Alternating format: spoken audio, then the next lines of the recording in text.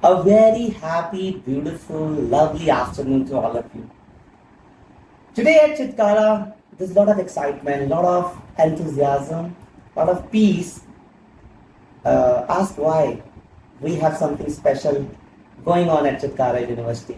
We had a wonderful workshop in the morning on resilience toolkit, and two beautiful souls, lovely souls, have come all the way from Sweden to our campus to share their wisdom, to share their experience. And I will say not two, the three. The third one is Mumi. Is also a very interesting character from Sweden. So we'll know more about him also from our special guest of the podcast today. Most of you have met her during the morning workshop, but if you were not able to attend the morning workshop, here it is. In this small podcast, you will come to know about Cecilia, who has come all the way from Sweden, and she is expert of leadership through love, through heart. She will share her experience and also the top things which has made her life more beautiful, more lively. So welcome Cecilia to this beautiful podcast. And we are very happy to host you at Chittara University. It's been wonderful last 24 hours with you. And we just want the first question from my side to you is to the entire audience who's watching you, that what is that one thing you want to first share with all the audience straight from your heart, any one message which you feel from your being which can make the life of the people who are watching more beautiful. So that is my first question, and in the meantime you can also talk about this character also afterwards. Okay. Yeah.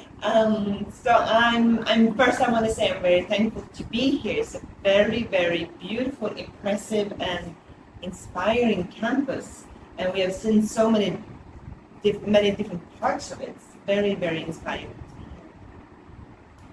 Well, I think the one thing to take away, what I have taken away from life, is really to try and leave the brain a little bit and drop down into the heart space. And when you're in your heart space, I feel like that's where the true magic happens. So that's where the truth lies, and that's where your inspiration goes, and that's when you can know who you truly are and what you truly want to do with your life and why you're here. So to me, being connected in your heart is super important.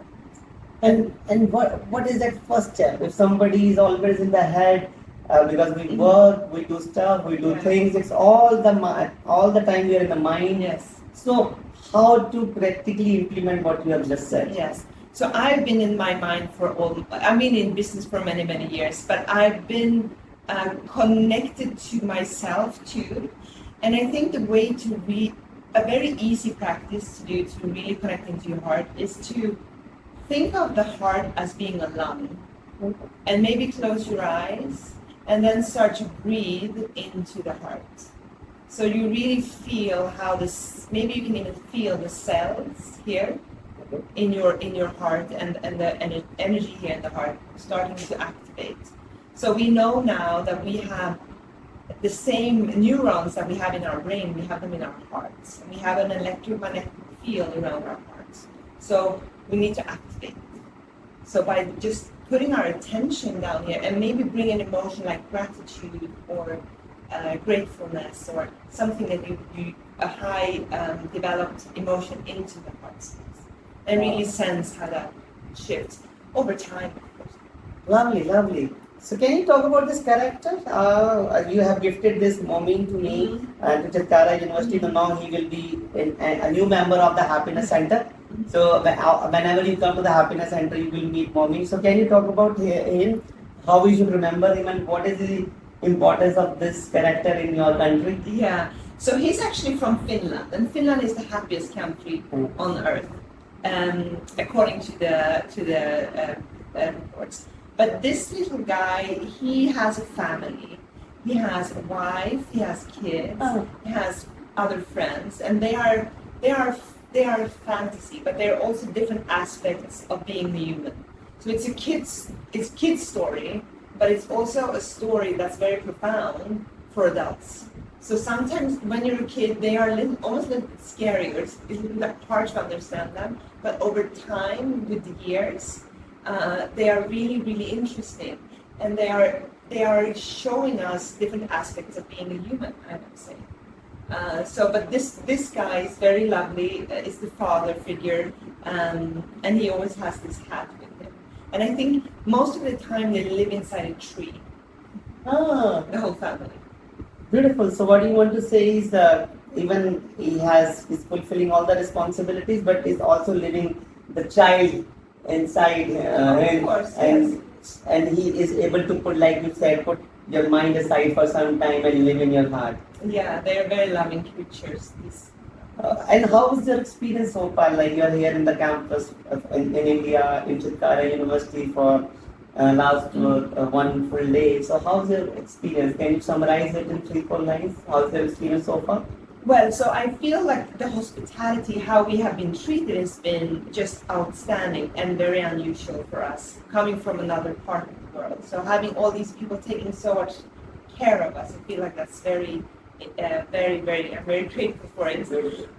But I'm also very inspired how you have built this campus, and that everything is here. Like you have big sports arenas, and you have these incredible media laboratories, and you have all these different departments, and that you can walk around outdoors and see the greenery. So I think that's the thing with Sweden, is that we are secularized as a people, but we are very connected to nature.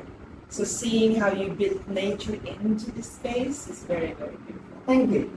So one thing more I want to ask on behalf of my students, like sometimes it happens that students in today's time, when there are a lot of expectations from the parents, from the society, and the competition is also too much. Yeah. Students feel anxious and they feel anxiety, stress, and because they want to do things but they don't know. They always think that how it will happen. They have to show up. Sometimes they feel lack of confidence, and that anxiety comes up. Yeah. But we always say, be yourself. Okay, whatever you are, just be the way you are, and that will bring confidence. But what is your take on this? When we feel anxious, when we feel stressed, and when we feel that we are not good enough, and when we start comparing ourselves with others, so at that time, what is it one or two things which you want to recommend to everyone? I think that worry and anxiety comes from the mind again. That we are thinking about things in the future that we don't even know is going to happen. So that's how anxiety and worry is created. So if we can start to just take a breath, connect with the heart again, Beautiful. be in the moment, in the present moment, then in the present moment there's no anxiety. So when we are able to bring ourselves back to the present moment, there's no anxiety. Beautiful, so simple. I try and say this to my kids at home because there's a lot of stress for kids with grades, but I tell them that you should do your homework, you should do your work, but then at the end the grades is not what matters. It's who you are and how you are proceeding this school. So very nicely you said that being in the moment, live in the moment, and I think it's a beautiful answer, and then certainly that you will feel at ease. Suddenly, you feel at ease. So one thing I want to ask, what do you think is the relationship between happiness and money? What do you think? There's sometimes it happens, we are in the moment working hard for whatever we think we should work on, and the results come. We earn something also, but we always make a mental makeup that I have to earn this much. And if there's a gap, we feel uneasy. But what is your take on the link between happiness and money? Well, first one I want to say the link between expectations and happiness is very clear to me. Like if you expect something and it doesn't happen, then you get unhappy. If you don't expect things and you just are grateful for things, you are not unhappy. So you're happy instead. So that's one thing. What was your question? So my question is that what do you think about the link between money and happiness? I do think that if you are doing things that you really like, and some things that you really feel called to do, then you're going to be really good at it. And when you're really good at something, money is also going to come. And whatever money comes, then you accept it with love, rather than thinking about this much, that much. Yeah. Because once you are doing things which you love, anything which comes out of it, it is like beautiful. Yeah. Because you are anyways enjoying life, you're happy. Yes, and you're not thinking of lack. So a lot of people think about what they're lacking, and then they're focusing on that instead of thinking about what they have. and they get more of that. So yeah. Okay, so one last thing. What do you want to, 2, 3 practices if you want from the Sweden, if you want to share with the audience, that which is very easy to implement and which they can integrate into their daily lifestyle. What can be the top 2, 3 practices which you want to recommend to the audience? Well, one is what we did in the lecture today, fika, like have a cup of coffee on this, put your cup on this thing, and have a cookie together with someone at work, for example, without discussing work. Just get to know each other. So just a connection. So that would be one, to do fika, drink coffee, have a cookie, and talk about things. So I think that connection is really That is important. one. That's one. And the second that we are doing is that we are, even though we are very individual, we always think about the group or the community. How will this work? We co-parent our kids in school, for example. So every parent is a parent to every kid. So that type of community, I think, is really, I think it's easy to implement. Okay. So I think that is very easily implemented. The first thing which she said, beautiful. Take some time out and enjoy the coffee. Yes. And enjoy. Yes. Normally we think for the big things, but I think sometimes the very small thing. But if we do it mindfully, that is the point. That mindfully. Yes, and also we allow the best ideas to come in those sessions. And can you talk about this? You have taken it from Sweden, so it's a very beautiful gift they have brought for all the happiness family members. So can you talk about it? Yes, it's this midsummer pole. So we dance around it at midsummer. It's dressed in greeneries and flowers and our flag. So that's what we do. Midsummer is our celebration of the light coming. So it's very dark in the winter, and then it's very light in the summer, and that's the celebration of light.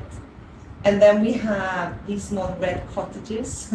So many of us, we have a little small red cottage out in nature. So we go there on the weekends to rejuvenate and release some stress. And we have the moose, our favorite animal, and wild in our forests. We have mushrooms. So in autumn, we go and pick mushrooms.